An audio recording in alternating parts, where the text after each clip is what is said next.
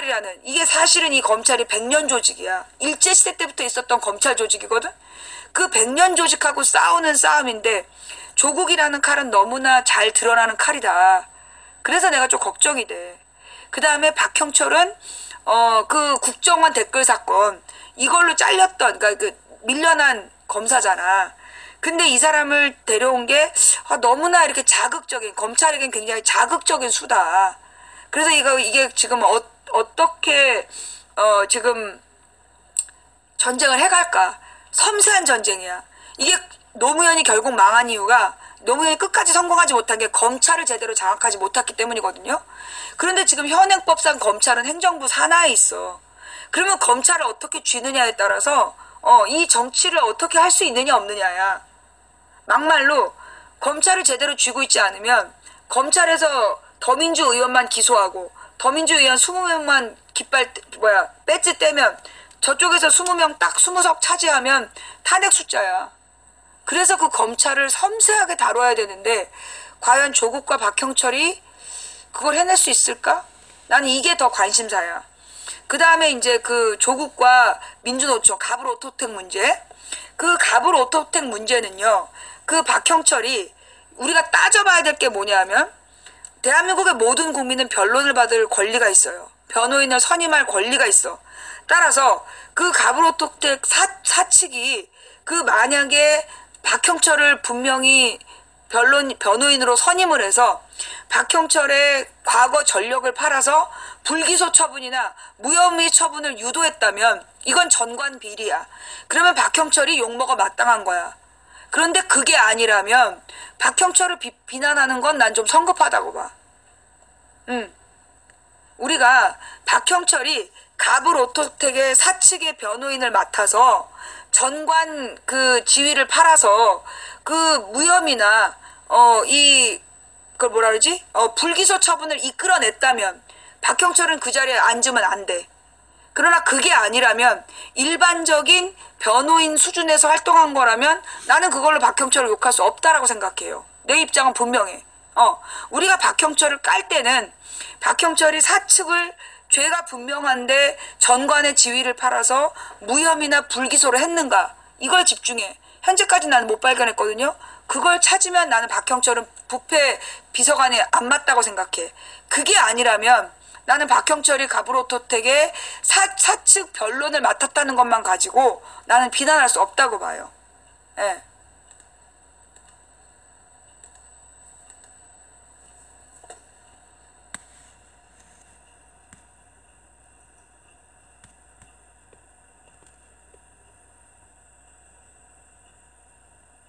왜 미쳐? 왜 미친다 정말이야? 내가 터질 듯? 내가 너무 어려운 얘기를 막 쏟아냈나? 그만할까? 응. 방제 보고 이제 왔대.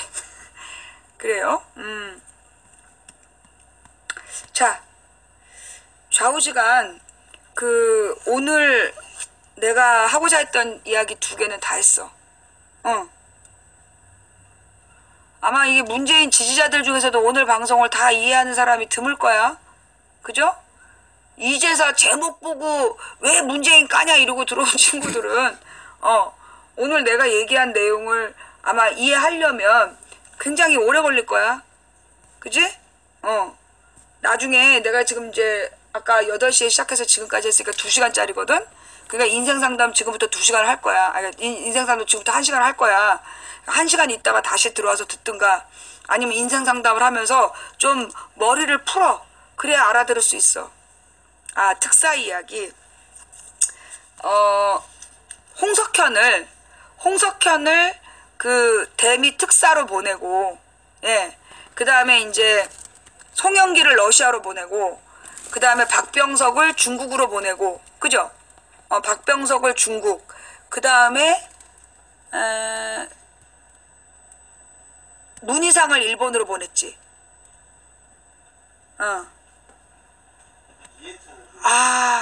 이해찬을 보내서 중국으로? 아니,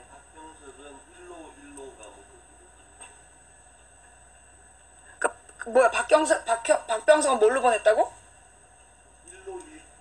1대1로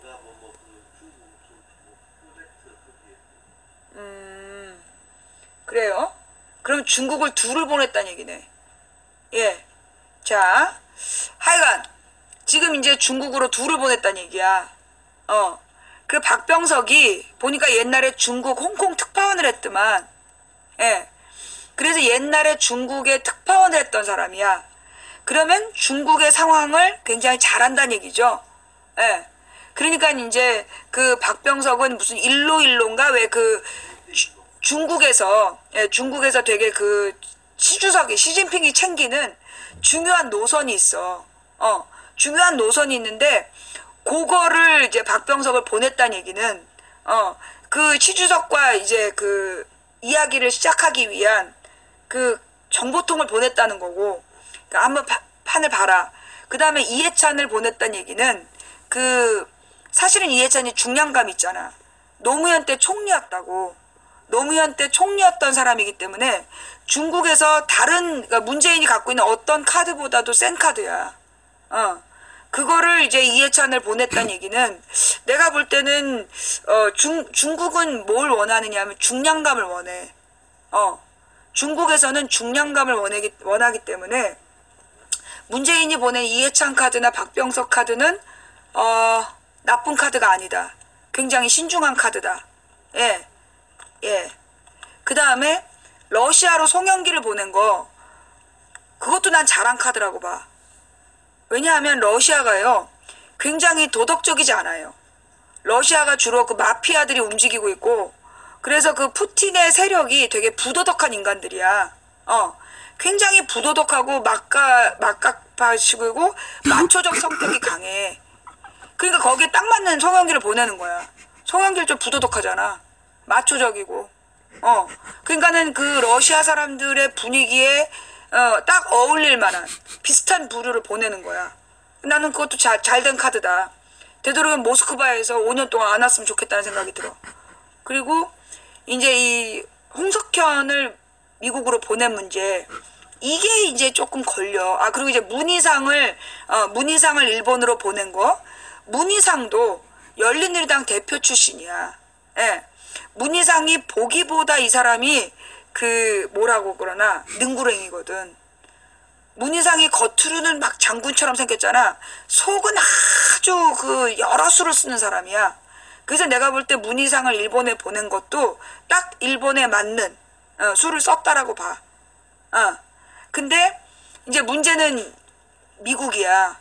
왜냐? 이 홍석현이라는 카드가 그 사실은 노무현 정부 말에 자, 또 방해할까봐 올릴게요. 솔직히 얘기해서 나는 홍석현이 내 느낌은 잘 갔다야. 결론부터 말하면 홍석현을 보낸 건 잘했다라고 봐.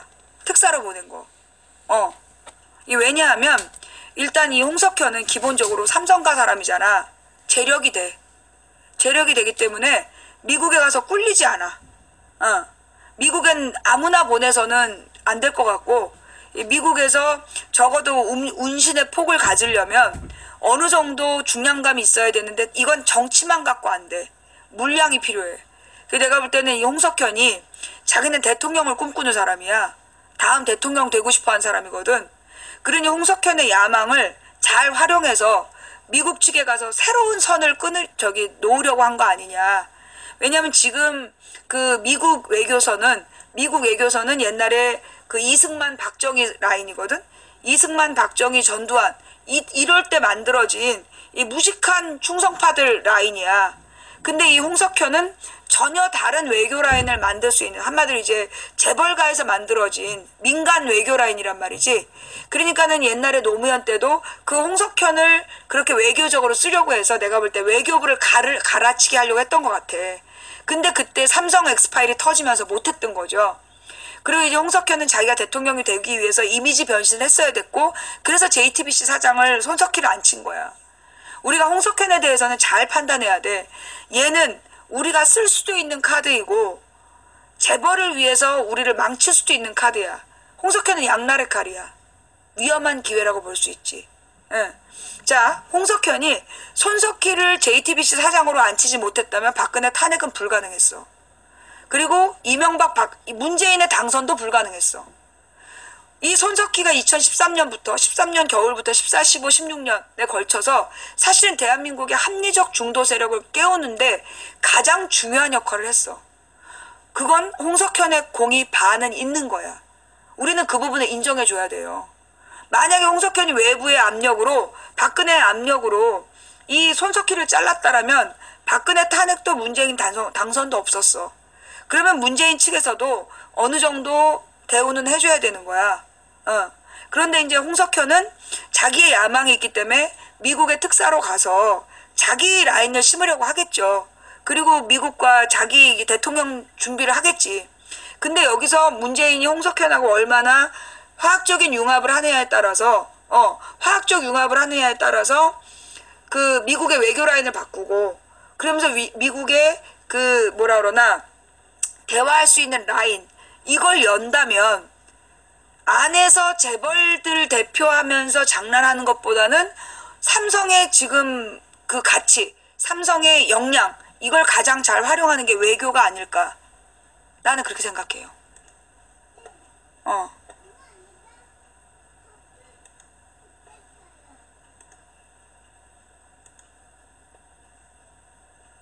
삼성을 못 나가게, 홍석현을 못 나가게 하면 안에서 재벌들을 모아서 재벌들이랑 같이 반문재인 기치를 들 수 있어. 근데 홍석현한테 큰 일을 줘서 내보내면, 그러면서 외교 라인을 바꿔내는 그 하나와 그리고 화학적인 융합을 통해서 삼성이라는 브랜드를 이용한 외교적인 활용을 한다면 나쁘지 않은 카드다. 나는 그렇게 봐요. 근데 지금 문득 든 생각은 뭐냐면 뻥이야. 지금까지 얘기한 거 다 뻥이야. 야, 내 동네 아줌마가 무슨 수로 문재인의 생각을 다 읽겠냐? 문재인이 망치 아줌마가 동네 자기네 집 거실에서 떠드는 아줌마한테 수를 다 읽히면 그 대통령이 되겠어? 그냥 뻥이야. 그냥 해본 말이니까 크게 신경 쓰지 마. 너무 진지하게 듣는 것 같아서 해본 말이야. 예.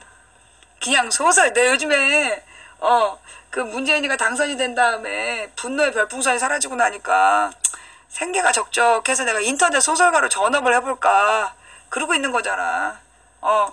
인터넷 소설가를 하려다 보니까 소설이야, 소설. 중간에 노래 하나 듣고.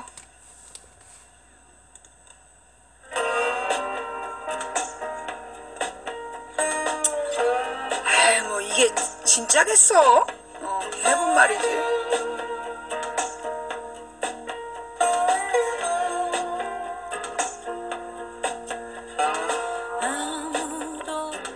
자, 우리 등다리들이 그 드립다 문재인 편든다면서 문재인 뒤통수 까댈까봐 그 낚시성 제목으로 보내드린 일부 시사수다방을 마치고 이제 인상수다방 들어갑니다. 이번이 몇 차지? 3월 말부터 시작해서 3월 말, 그 다음에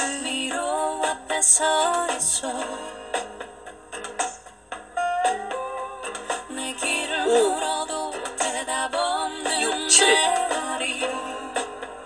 오늘이 8차인가? 네. 8차죠, 8차.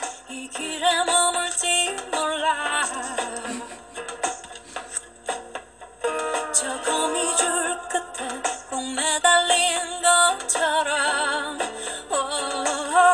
김윤아가 불렀어요. 길. 세상 어딘가 저 길 가장 구석에 과연 몇 명이나 알아들었을까?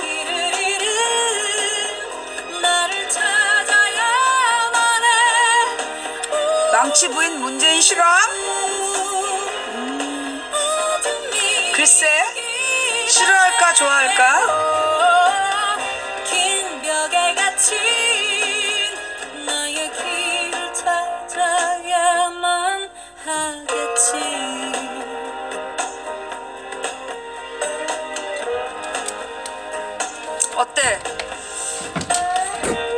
방송 보니까 지금 알아듣겠어요? 2시간 동안 망치 부인이 한 얘기 알아듣겠어?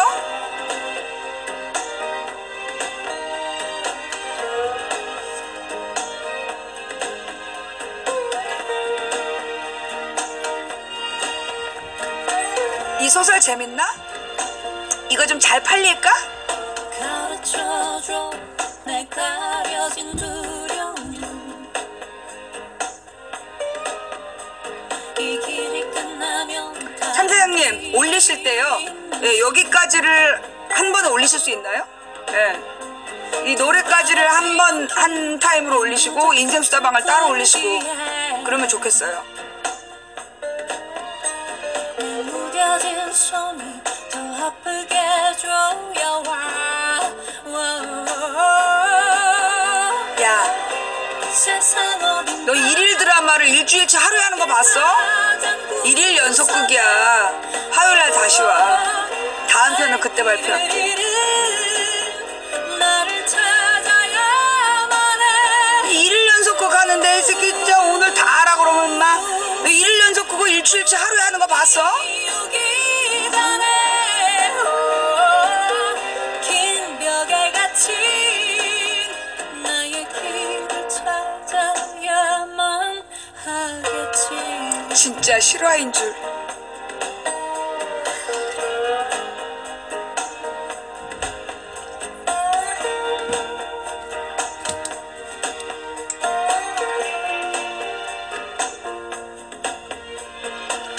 처음부터 와서 집중한 사람들은 아주 재미가 있고 뒤에 온 사람들은 이 분위기가 적응이 안 되고 그치? 막 사람들이 보니까 드립다 몰려왔는데 뭔 얘기인지 하나도 모르겠지. 재방송 봐. 재방송 봐. 근데 어때요? 그럴싸합니까? 그럴싸합니까?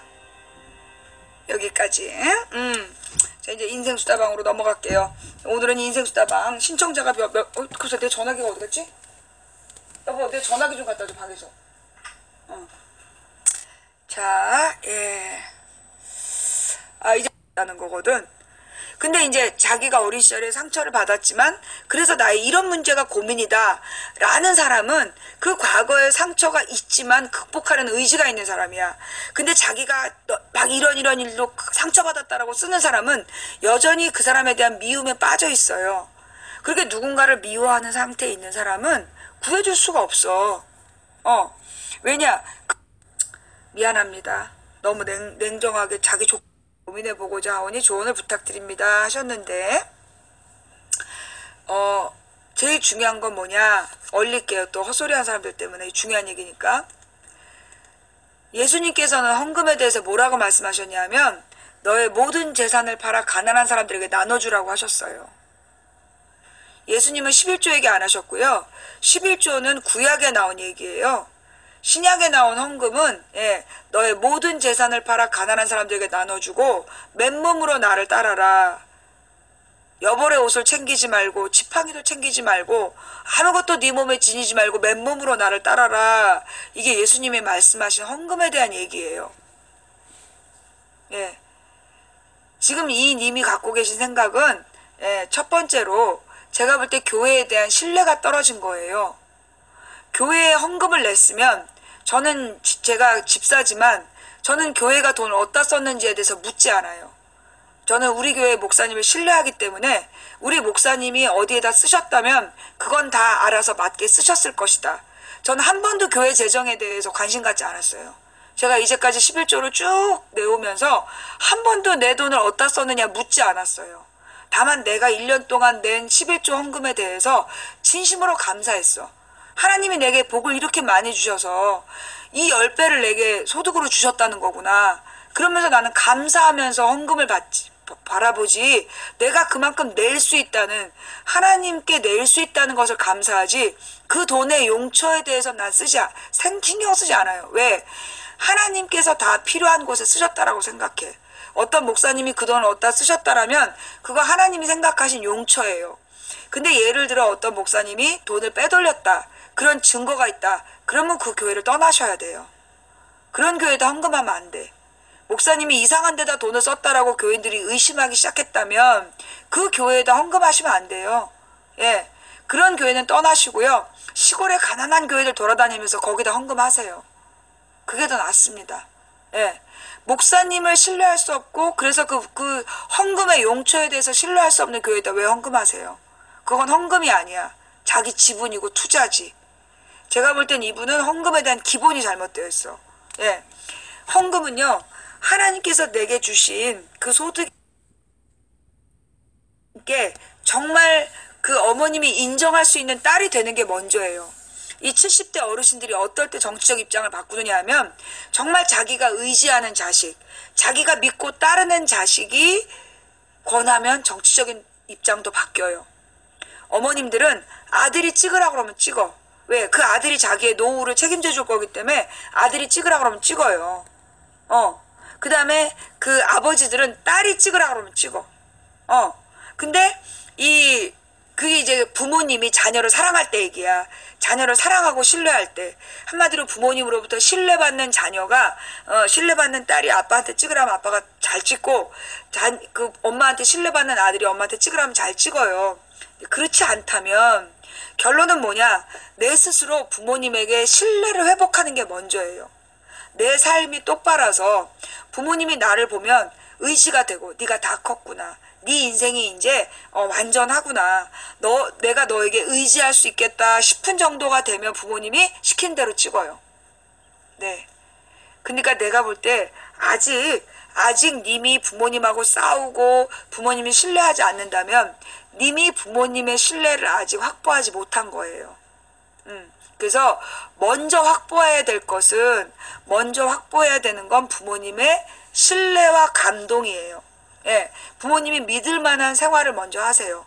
아, 얘가 정말 우리 딸이 어디다 내놔도 우리 아들이 어디다 내놔도 때문에 하나 안 하나 그걸 분명히 알거든요. 마찬가지예요.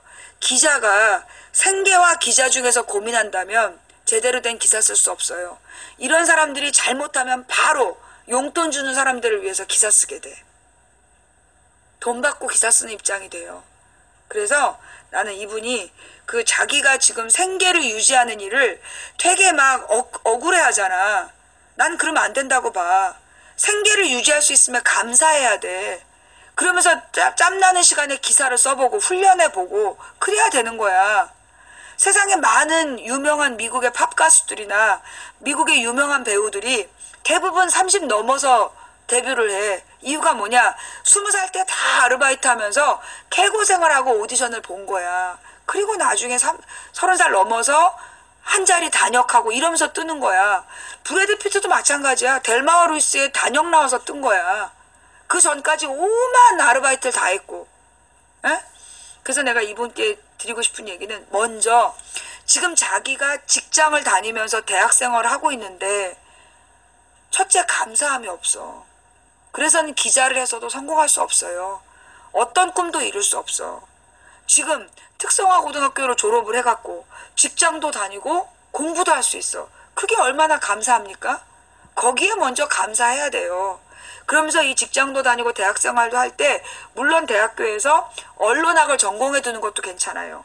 예, 언론학을 부전공이라든가 이런 걸 해서 그걸로 경력을 쌓고 언론에 대한 기본 지식을 쌓은 다음에 그 다음에 졸업을 해서 계속 생계는 생계대로 유지를 하되 그러면서 기사를 쓰는 훈련을 자꾸 해보서 계속 도전하는 거야. 그래서 나중에 경력직으로 기자가 될 길은 있어요. 그런데 지금 당장 생계형 기자가 되려고 그래. 지금 우리나라에서 생계와 기자를 같이 하는 방법은 얻어먹는 것밖에 없어. 잘 생각하세요. 예. 물론 이게 다른 기자분들 기분 나빴다면 죄송하고요. 그러니까 뭐 다른 기자들이 다 이렇다는 얘기는 아니에요. 예. 니들 수입이 5% 내 거다. 상담을 하는 이유가 뭐냐 하면 우리가 시사수다방만 계속 하잖아요. 그럼 어떤 문제가 있냐면